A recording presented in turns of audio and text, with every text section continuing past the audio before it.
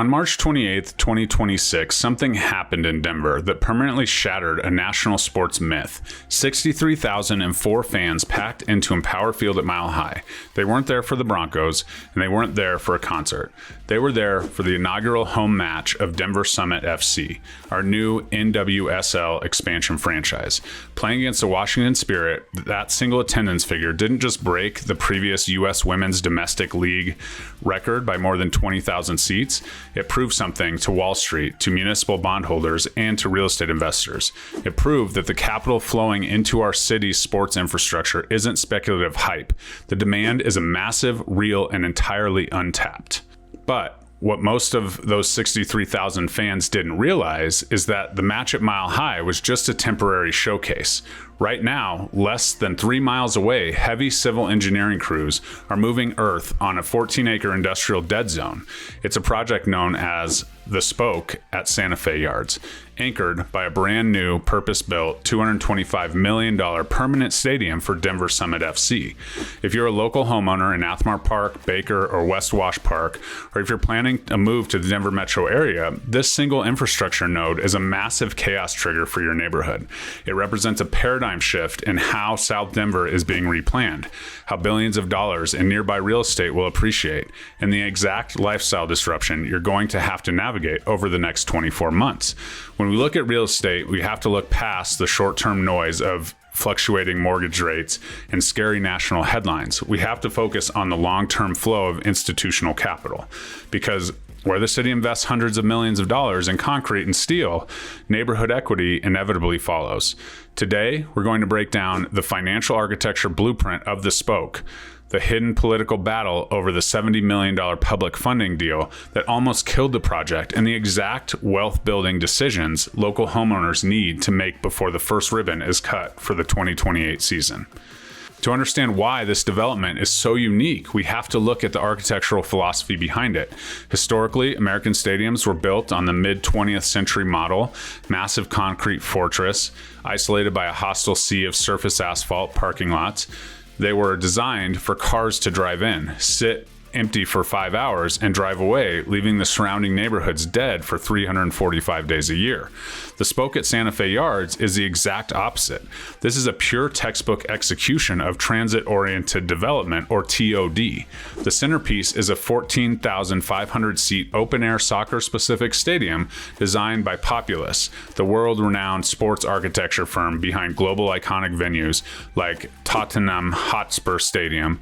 The venue is right-sized to create a high-intensity acoustic trapping cauldron for game days. But the true value lies in the highly technical metric, the gross square foot per seat ratio. The Spoke features an industry-leading 20.5 gross square foot per seat ratio. In plain English, that means this stadium prioritizes incredibly wide, fluid concourse, expansive premium club environments, high-efficiency concessions tech, and state-of-the-art player facilities over simply cramming maximum folding chairs into a bowl. It is engineered from day one for premium per capita spending and a superior fan experience. The build team, led by mega builder Mortensen and local general contractor Gredicon, is constructing the stadium to achieve a LEED silver certification, utilizing low carbon concretes and highly efficient utility systems. But what happens on non-game days? That's where the landscape architecture firm Civitas comes in. They've designed a 3.5-acre public park and outdoor entertainment plaza that directly connects the stadium's outer promenade to the daily fabric of the neighborhood. Alongside a neighboring 4-acre rehabilitated city park, this space operates as a 365-day civic commons, and it features youth sports, partnerships, and permanent community spaces. And notice what's missing from the blueprints: surface parking lots. The viability of this entire $225 million project district relies completely on its immediate adjacency to the Broadway station, one of the most critical mass transit, light rail, and bus rapid transit hubs in the entire RTD grid. By design, the project forces fans to interact with multimodal transit, micro-mobility bike paths, and pedestrian networks. From an urban planning perspective, the Spoke is acting as a geographic hinge. For decades, the active rail line, industrial zoning, and the South Platte River corridor formed a massive psychological and physical wall. It completely severed the neighborhood of Athmar Park to the west from West Wash Park to the east. The spoke reclaims that void, physically weaving these two disparate socioeconomic zones together with a safe, illuminated, pedestrian-first urban core. But getting this project off the paper and into the dirt required breaking a 2-decade-long environmental deadlock and navigating a brutal political dogfight inside City Hall. If you've driven down Santa Fe or I-25 over the last 20 years, you've looked right at this site. It's a 14-acre segment of the broader 41-acre urban dead zone left behind by the former Gates rubber factory. While the rest of Denver experienced an unprecedented historic building boom over the last 2 decades, this highly visible transit-adjacent piece of land sat entirely dormant as a dirt lot. Why? Because the math didn't work. Due to a heavy legacy of industrial manufacturing, the soil suffers from deep contamination.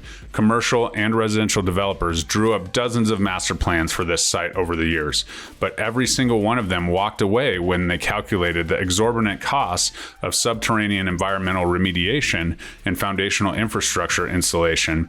It was a financial black hole.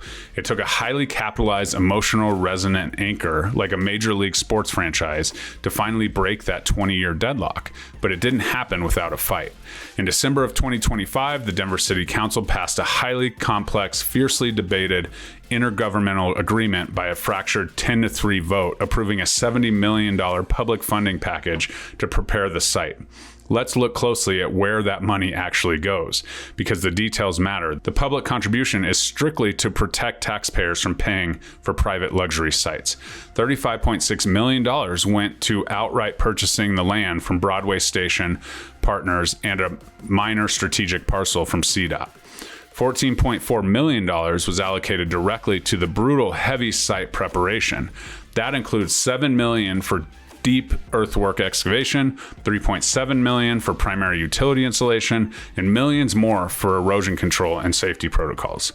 The remaining $20 million is explicitly earmarked for public streetscapes, transit interfaces, and pedestrian safety corridors surrounding the footprint.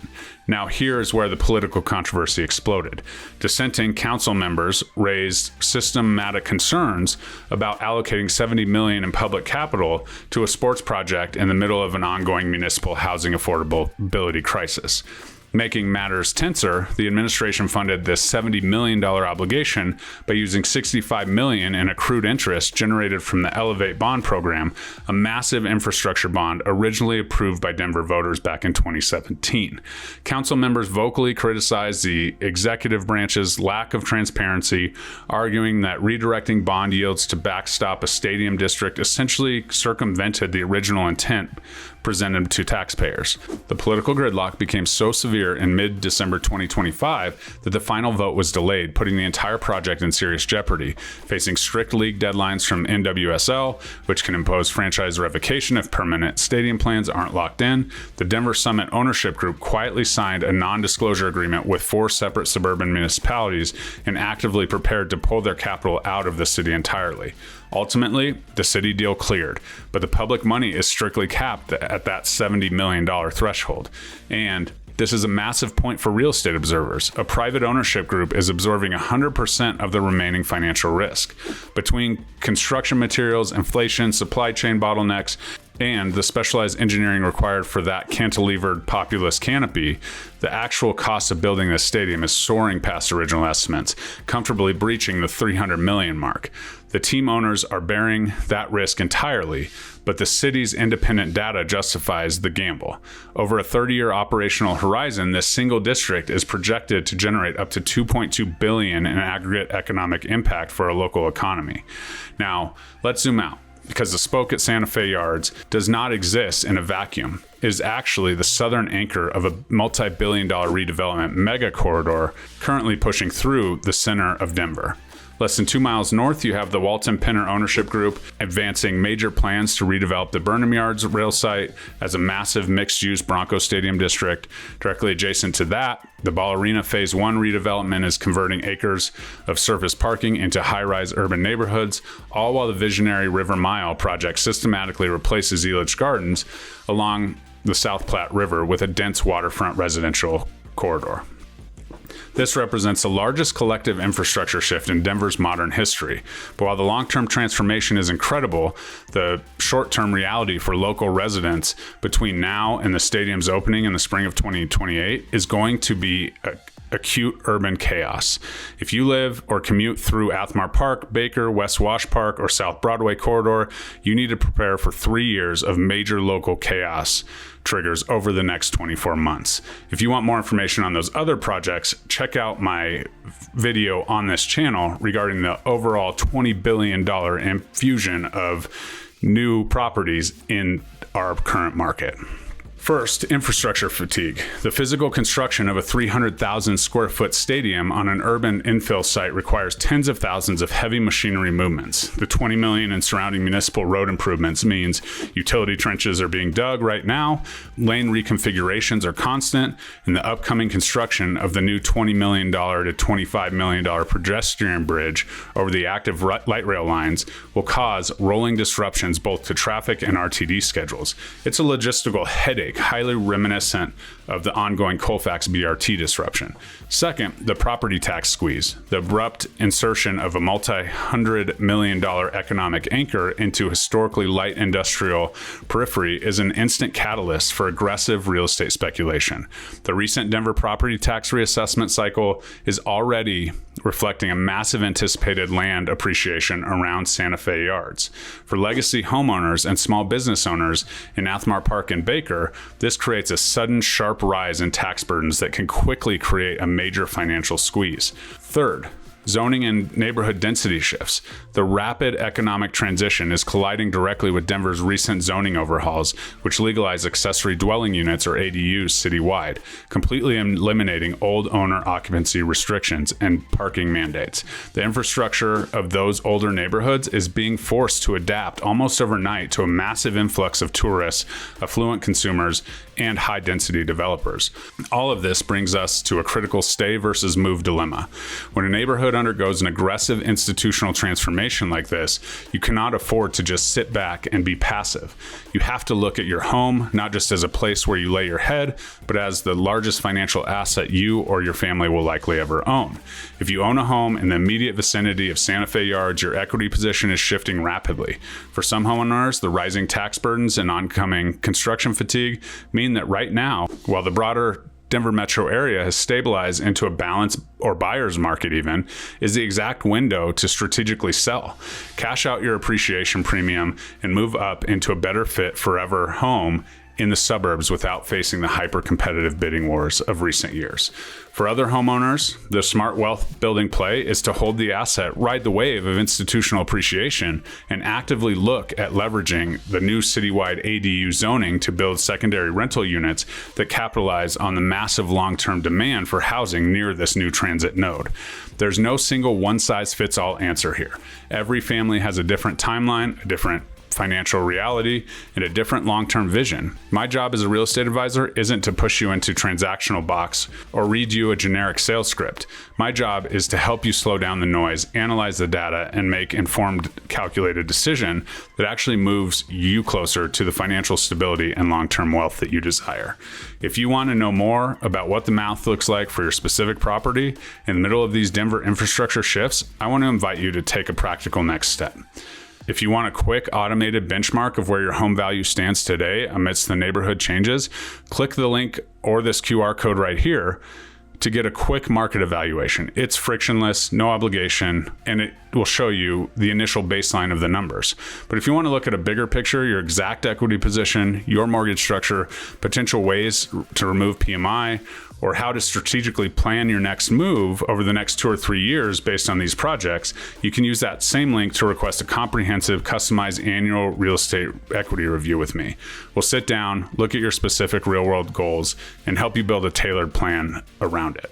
Now, if you want to see exactly how these citywide infrastructure changes and property tax adjustments are playing out in other parts of the metro area, click on the next video right here, where I break down the broader structural shifts happening across the Denver suburban market. I'm Jeremy Kane. Let's keep building wealth. Let's keep moving well.